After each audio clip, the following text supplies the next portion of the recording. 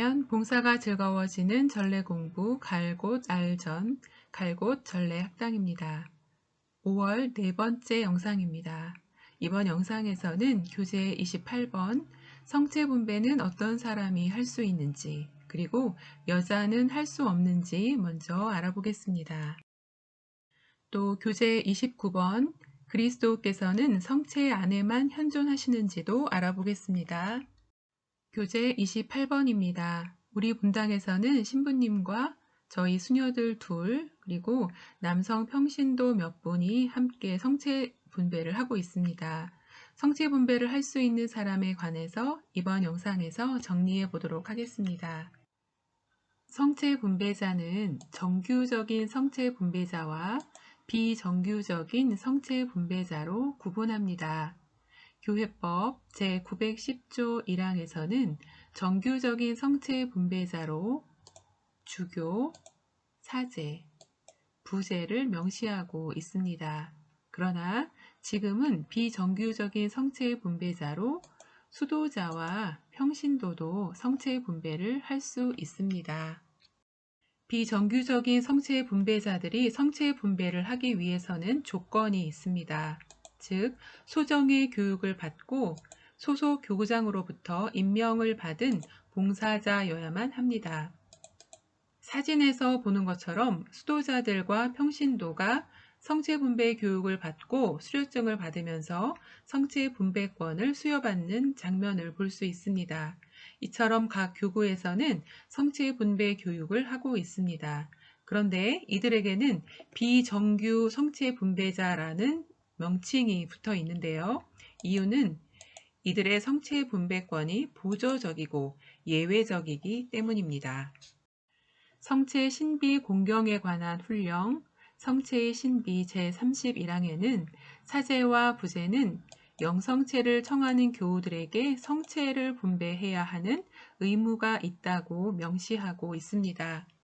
그러나 사제와 부제만으로 성체 분배를 하기 곤란한 경우와 미사 중에 신자가 많을 경우 등 이러한 여러 가지 사목적인 필요에 따라서 비정규적인 성체 분배자들을 활용할 수 있습니다. 그러나 이를 습관적으로 하는 것은 피해야 합니다. 한국천주교 주교회의에서 정한 성체 분배권을 받을 수 있는 순위는 다음과 같습니다. 첫째, 시종직이나 독서직을 받은 사람들. 둘째는 수사나 수녀. 셋째는 40세 이상의 남녀 평신도입니다. 여기에서 알 수 있는 것처럼 남자 평신도뿐만 아니라 여자 평신도도 성체 분배를 할 수 있습니다. 다만 한국에서는 여성들이 공적인 자리를 꺼려하는 독특한 사회적인 분위기 때문에 아직도 여전히 여성 성체 분배자를 찾아보기 어려울 뿐입니다. 그러고 보니 우리 갈고동에도 여성 평신도 성체 분배자가 성체 분배하는 모습을 아직 한 번도 보지 못했습니다. 그리고 교우분들은 성체를 영할 때 성체 분배자를 가려서 줄을 서는 것은 삼가야 하겠습니다. 주교님이나 신부님, 부제님들 이외에 비정규 성체 분배자의 권한에 관해서 한국천주교 주교회의 1998년 춘계 정기 총회에서 제정된 몇 가지 중요한 규정이 있습니다. 첫째는 미사 중에만 사제를 도와서 성체 분배를 할 수 있습니다.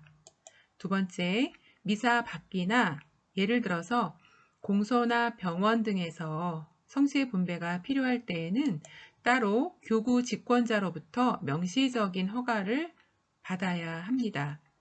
세 번째, 소속 교구를 벗어났을 때에도 해당 주교로부터 다시 권한을 받아야 한다고 합니다. 네 번째는 비정규 성체 분배자가 품위에 어긋나는 행동을 했을 경우에 사목자는 성체 분배를 금지할 수 있습니다. 동영상을 만들면서 평신도 성체 분배자의 모습을 넣기 위해서 인터넷에서 검색을 해 보았는데요. 화면에서 보는 것처럼 외국에서는 비교적 특정한 복장 없이 성체 분배하는 모습이 눈에 많이 띄었습니다. 그러나 우리나라에서는 대부분 교회가 인정한 복장을 갖추고 성체 분배를 하는 모습이 많았습니다. 그리고 여성 성체 분배자도 외국의 경우에서는 많이 찾을 수 있었지만 우리나라의 경우는 상대적으로 매우 드물었습니다. 물론 인터넷에서 검색이 많이 된다고 실제로 많이 이루어진다는 결론을 내릴 수는 없겠지만 말입니다. 그리고 이들은 미사 공동 집전자가 아니기 때문에 스스로 성체를 모실 수 없다고 합니다. 이처럼 엄격한 내외의 규정을 잘 지켜야만 분배자의 자격을 유지할 수 있습니다. 우리 갈고동 분당에서도 남성뿐 아니라 여성 성체 분배자가 여러 분 나오셔서 남녀 평신도가 함께 성체 분배하는 모습을 볼 수 있으면 좋겠습니다. 교재 29번입니다. 우리 교우분들께서는 그리스도께서는 성체 안에만 현존하신다고 생각하시나요? 교재에서는 어떻게 설명하고 있는지 알아보겠습니다. 예수님께서는 사람으로 오신 하느님의 아드님이시고 십자가의 죽음을 이기고 부활하신 분이십니다.